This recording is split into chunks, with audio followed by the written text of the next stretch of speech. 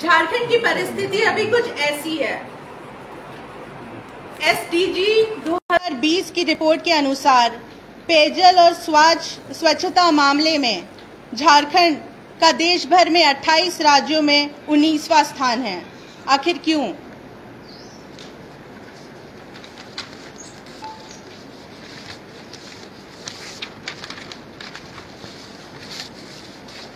जंगल के मामले में देखा जाए तो 25 लाख डिसमिल जंगल कम हो गई है। आखिर ये जंगल जा कहाँ रही है?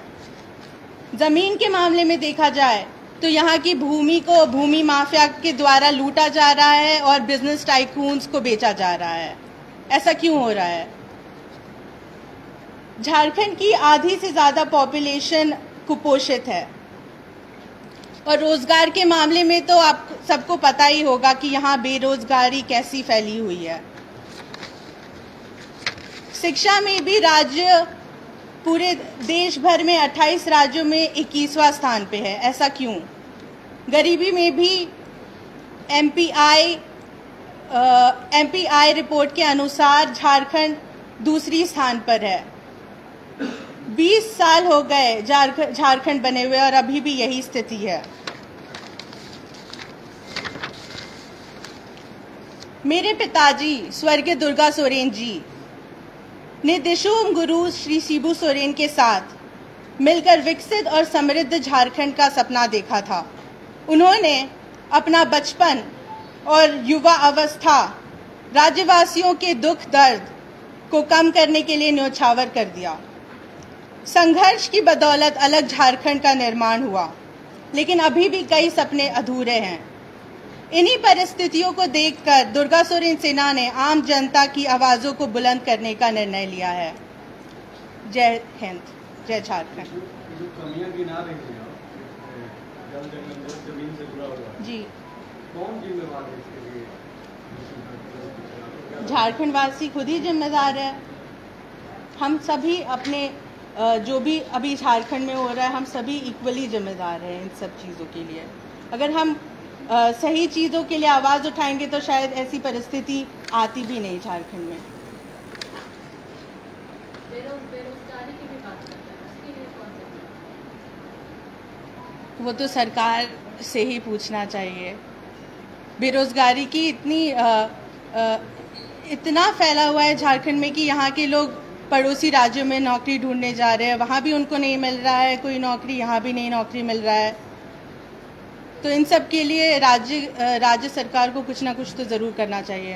क्या जयश्री सोरेन इस मामले में इस मुद्दे पर बात करेगी? जी, हम तो कोशिश करते ही है, पर यहाँ पर पता नहीं किस तरह की राजनीति चल रही है। सब एक दूसरे को दबाने की कोशिश कर रहे हैं। कोई आवाज़ उठाता है तो उसको दबाने की कोशिश कर रहे हैं।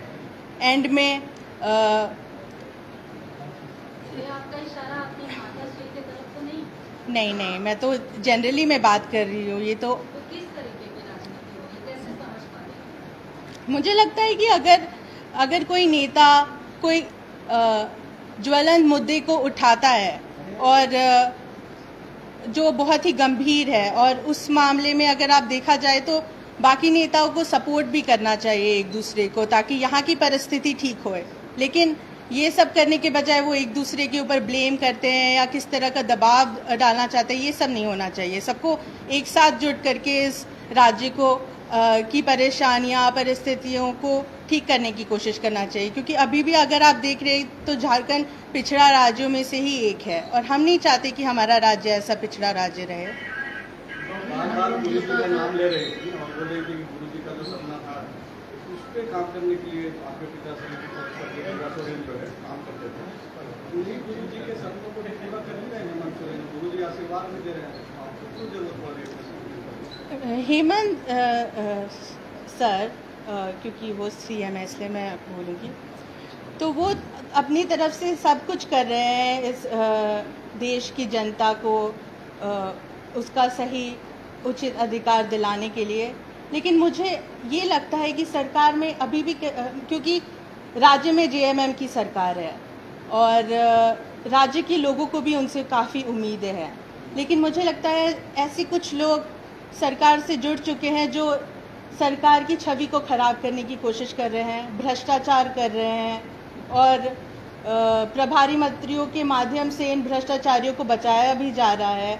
इनके ऊपर सवाल उठाते हैं तो दुष्प्रचार करके सदन को गुमराह करने की कोशिश की जाती है। तो ये सब को देखकर मैंने ये निर्णय लिया है कि इन सब चीज़ों में आवाज़ उठाया जाए और कुछ सही प्रकार से देश के लिए, प्रदेश के लिए कुछ किया जाए। तो आप ये बोल रही है कि भ्रष्टाचार हो रहा है और हेमंत सोरेन जो है वो चुप है, देख रहे हैं। शायद उनको पता नहीं है कि किस प्रकार की चीज़ें हो रही है, वहाँ तक उनके पास तक वो सब चीज़ें, आवाज़ें पहुँच नहीं पा रही है। जैसे जी आपने कहा कि सरकार में कुछ ऐसे लोग जो सरकार को बदनाम कर रहे हैं जी, कौन से ऐसे कुछ लोग, उसका नाम तो बताया। वो मैं नहीं बता सकती हूँ, मुझे पता नहीं है, लेकिन मुझे ये ज़रूर पता है कि उनके, देखिए इट्स ऑब्वियस, क्योंकि अगर